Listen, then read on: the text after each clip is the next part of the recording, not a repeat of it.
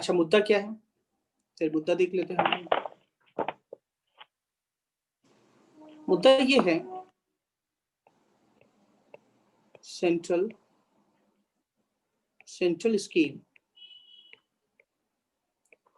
scheme faces implementation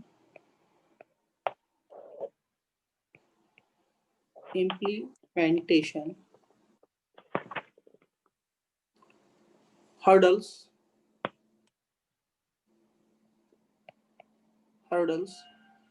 from few states। तो ये mains में लिखने के लिए आपके काम आएगा, ये स्पेशली मेंस के लिए पढ़ा रहा हूँ आपको, ठीक है। मेंस में आपको लिखने के लिए काम आएगा। तो मैं स्टार्ट करता हूँ, आप लोग लिख चुके होंगे शायद। सर एक सेकंड। हाँ,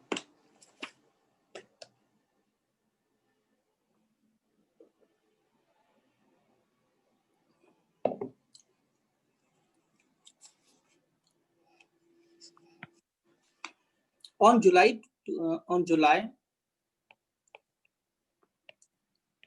2020, Union Minister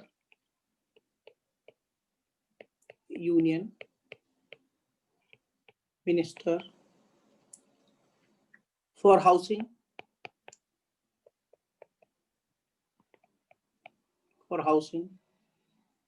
and Urban Affairs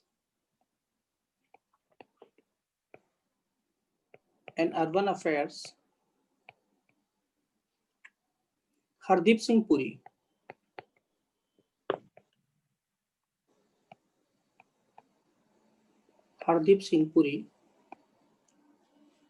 flagged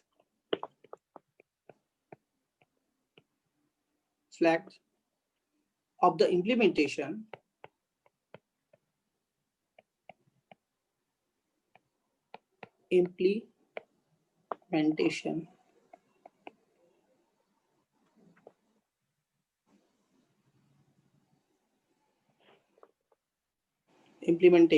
of the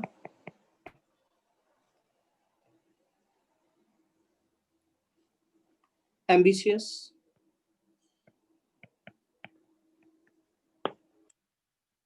affordable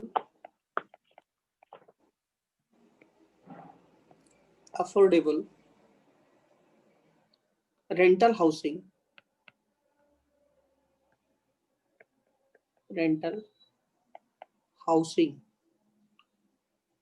complex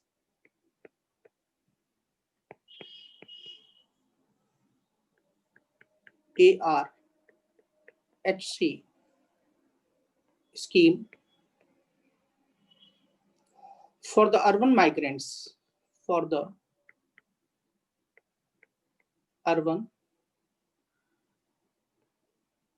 migrants, ठीक है। स्कीम में काफी इंपॉर्टेंट है, प्रीलिम्स में स्कीम से रिलेटेड क्वेश्चन पूछे जाते हैं। अब यहाँ पे आपको सिर्फ एक ही हेडिंग इतना ही अंडरलाइन करना है, क्या इंपॉर्टेंट अंडरलाइन आपको ये करना है, affordable rental housing complex ARHC scheme for the urban migrants. ये आपको सिर्फ हेडिंग डालना है, यही चीज इंपॉर्टेंट है, बाकी तो आपको मैंने लिखा है ऐसे, ठीक है। तो इसको हिंदी में क्या बोलेंगे, हिंदी बताता हूँ। जुलाई 2020 को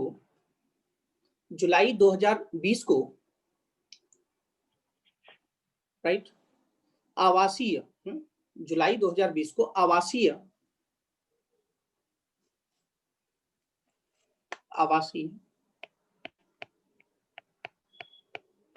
एवं शहरी मंत्री जो हैं, केंद्रीय मंत्री हैं, जिनका नाम है हरदीप सिंह पुरी, राइट। उन्होंने क्या किया है, इंप्लीमेंट किया है या क्रियान्वित किया है, क्रियान्वित किया है।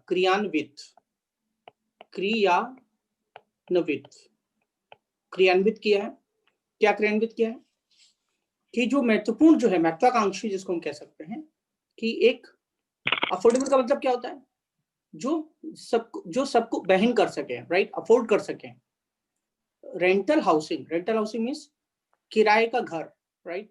कॉम्प्लेक्स, ये कॉम्प्लेक्स जो है किसके लिए बनाया जा रहा है, शहरी प्रवासी मजदूरों के लिए, शहरी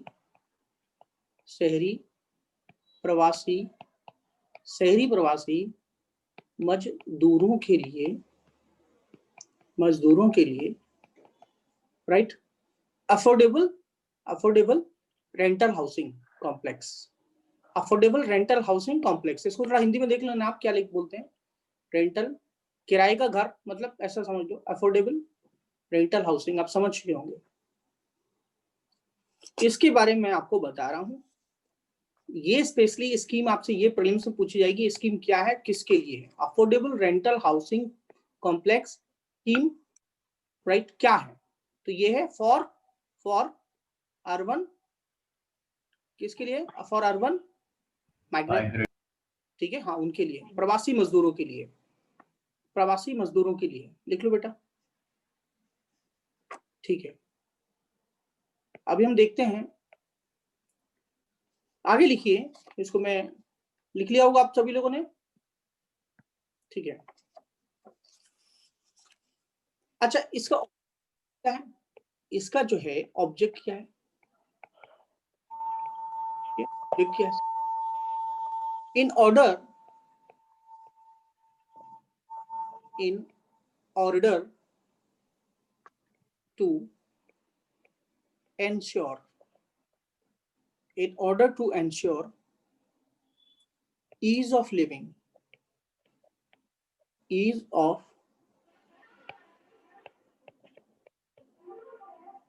ease of living to urban migrants in the country,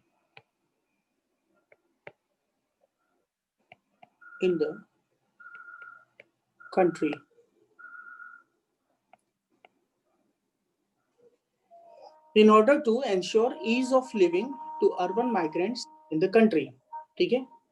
तो इसका उद्देश्य क्या है, इसका उद्देश्य ये है कि जो प्रवासी मजदूर हैं, देश के जो प्रवासी मजदूर हैं, उनको ईज ऑफ लिविंग होना चाहिए, सुरक्षित हो। ईज ऑफ लिविंग का मतलब होता है रहने की सुविधाएं उनको होनी चाहिए, रहने की सरल सुविधाएं होनी चाहिए, किसके लिए, प्रवासी, जो प्रवासी कामगार होते हैं उनके लिए, ये उसका मेन ऑब्जेक्ट है, ठीक है। क्यों, क्योंकि अभी देखा होगा कोविड-19 आया, कोविड-19 में क्या हालात हुए, इस कॉन्टेक्स्ट में आप देख सकते हो, ठीक है। लिख चुके होंगे आप लोग, आगे बात करते हैं। Under this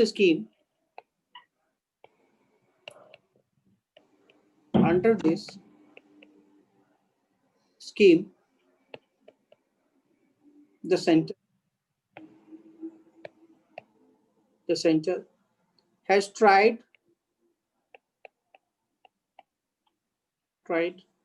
to help the migrants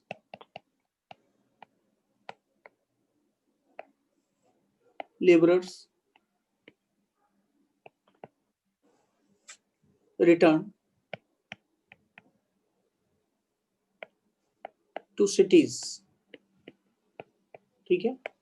इस स्कीम के द्वारा सेंटर ने प्रयास किया है कि जो श्रमिक मजदूर हैं, जो कि उनके घरों को लौट रहे हैं, उनको इसके तहत सहायता की जाए, राइट। ये आपको लिखना है इसमें। इसके उद्देश्य आपसे ये प्रीलिम्स से पूछा जा सकता है कि इसके किसके लिए है ये, ठीक है, लिखा होगा आपने, ठीक है।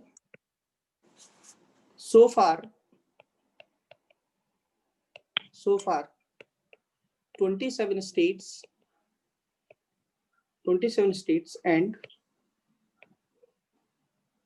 and union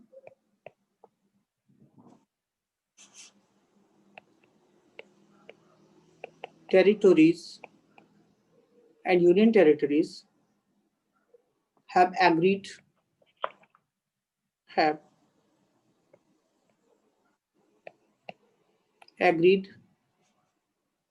to implement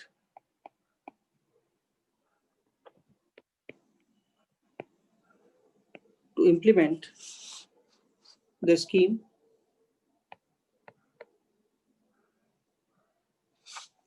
and signed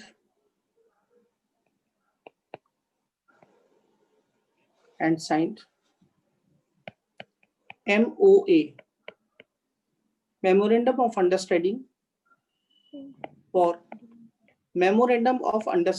MOA for the migrant housing scheme.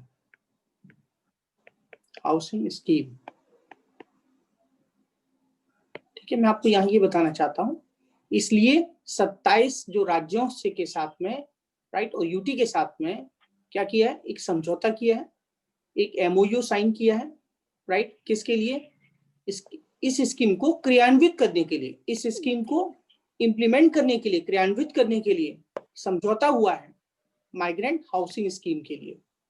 तो केंद्र सरकार ने काम किया राज्यों के साथ में मिलकर, क्योंकि कोई भी राज्यों के साथ में अगर ये काम नहीं होगा तो कैसे काम बन पाएगा।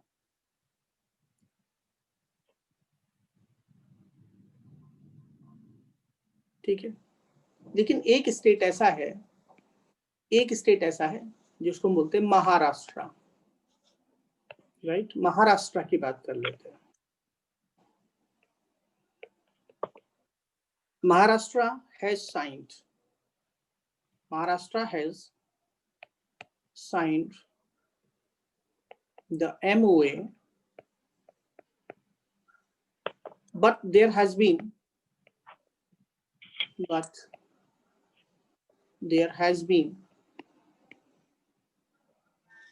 no movement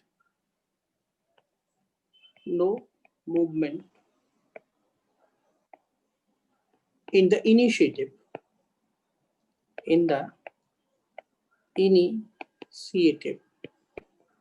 ठीक है। इसका मतलब क्या हुआ, इसका मतलब ये हुआ कि महाराष्ट्र एक ऐसा राज्य है जहां MOA पर, मेमोरेंडम ऑफ अंडरस्टैंडिंग, समझौता ज्ञापन, इसको हिंदी में क्या बोलते हैं, समझौता ज्ञापन, हिंदी में समझौता ज्ञापन, तो इस पर साइन तो हो गए, लेकिन इस दिशा में कोई प्रयास नहीं किया गया अभी तक, क्रियान्वयन की दिशा में, उसको इम्प्लीमेंट करने की दिशा में। ठीक है, तो ये एक पॉइंट हो गया जिसको आपने लिखा होगा। अगला पॉइंट क्या है, आगे लिखेंगे, नेक्स्ट पॉइंट, सेकेंड पॉइंट लिखेंगे। तो सेकेंड पॉइंट में आप देखेंगे कि इसमें कुछ स्टेट तो भाई साहब ऐसे हैं, कुछ स्टेट्स को अगर आप देखोगे, जैसे एक स्टेट है, राइट, वो तो आप जानते ही होंगे, दिल्ली। ठीक है, ये अरविंद केजरीवाल जी का नाम सुन के पता नहीं ये ऐसा क्यों हो गया, दिल्ली। ठीक है, दिल्ली जो है वो है। उसके बाद waste Bengal,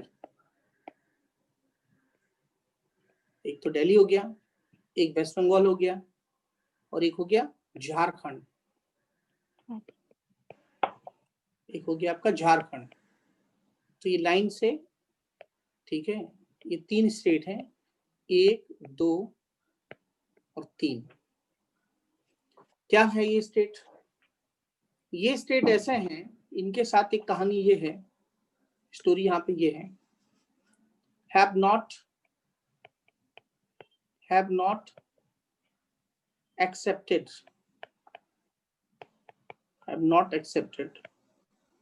and implemented the scheme yet। अभी तक इन्होंने जो है योजनाओं को लागू नहीं किया अभी तक। ये 3 राज्य ऐसे हैं।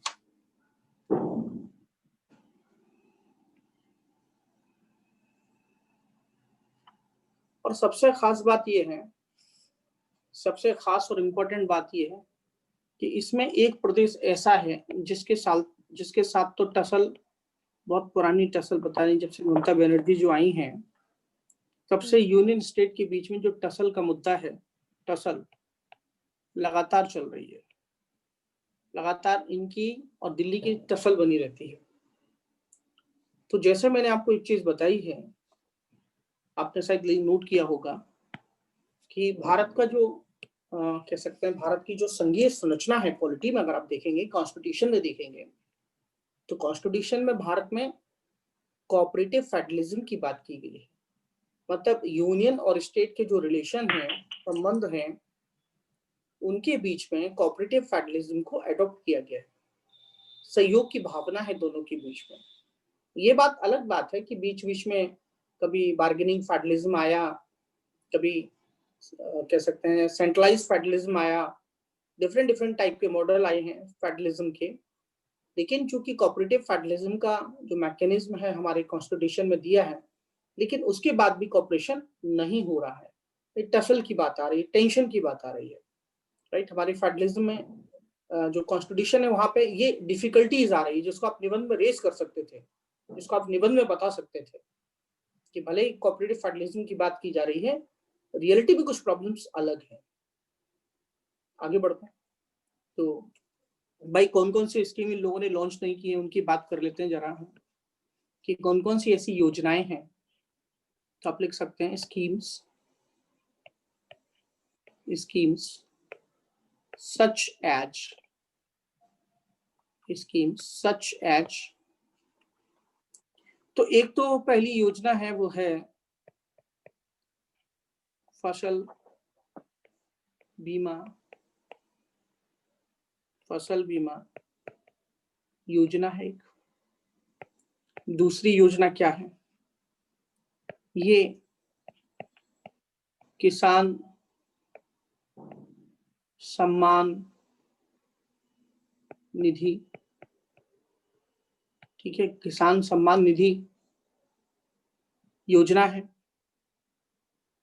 जिसमें 12,000 रुपया दिया जाता है किसानों को, राइट, इन 6 इंस्टॉलमेंट, मतलब 2-2 हजार करके दिया जा रहा है। तो इस तरीके से आप देख सकते हैं 6 इंस्टॉलमेंट बता सकते हैं यहाँ पे। तीसरी योजना देखिए, ये है आयुष्मान भारत की योजना है, ये आयुष्मान भारत की योजना है। चौथी योजना देख सकते हैं, ये पीएम आवास योजना है, पीएम आवास योजना है, right,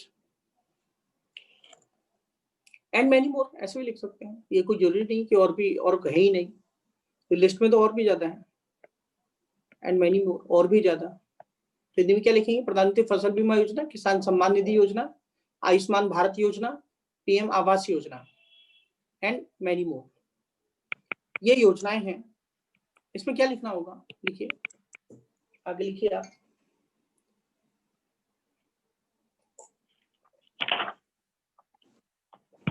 have not been implemented, देखिए have not been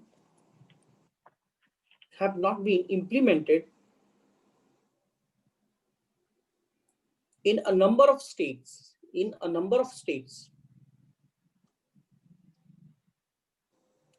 बहुत सारे राज्यों में इन योजनाओं का क्रियान्वयन नहीं किया गया है। अब जैसे फॉर एग्जांपल किसान सम्मान निधि की बात करता हूं, तो किसान सम्मान निधि में पूरे देश के किसानों को मिल रहा है पैसा, लेकिन सब बंगाल के किसानों को इससे कोई फायदा नहीं है, तो इसका इम्प्लीमेंटेशन ही नहीं हो पा रहा है वहां। तो आप लिख सकते हैं कि इससे क्या हो रहा है, जो पीपल्स हैं यहाँ के वो डिप्राइव हो रहे हैं, उनको डिप्राइवेशन हो रहा है, वंचन हो रहा है, क्योंकि वो इन स्कीम्स का जो फायदा है वो नहीं ले पा रहे हैं। अब जैसे मैंने इसकी बात तो किसान सम्मान निधि का मैंने आपको केस स्टडीज दिया है, जिसको आप अच्छे से एग्जाम में लिख सकते हो और आपको अच्छे मार्क्स भी मिलेंगे, क्योंकि ये कहीं ना कहीं एनालिसिस पे फोकस है पूरा। अभी हम अगली चर्चा करते हैं। एक और हम केस स्टडीज आपको देते हैं, वो है आयुष्मान भारत। वो है आयुष्मान भारत की बात करेंगे हम।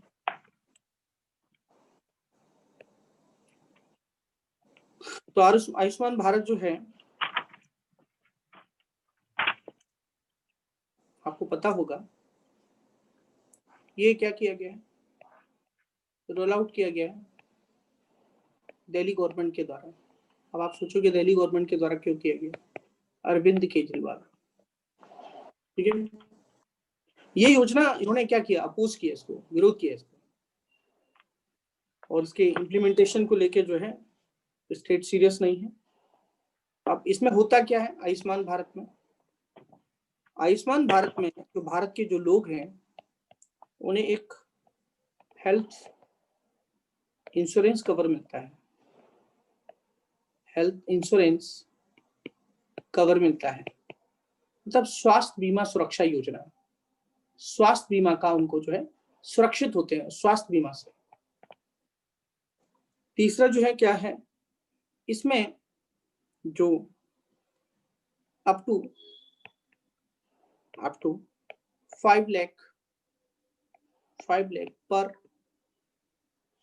फैमिली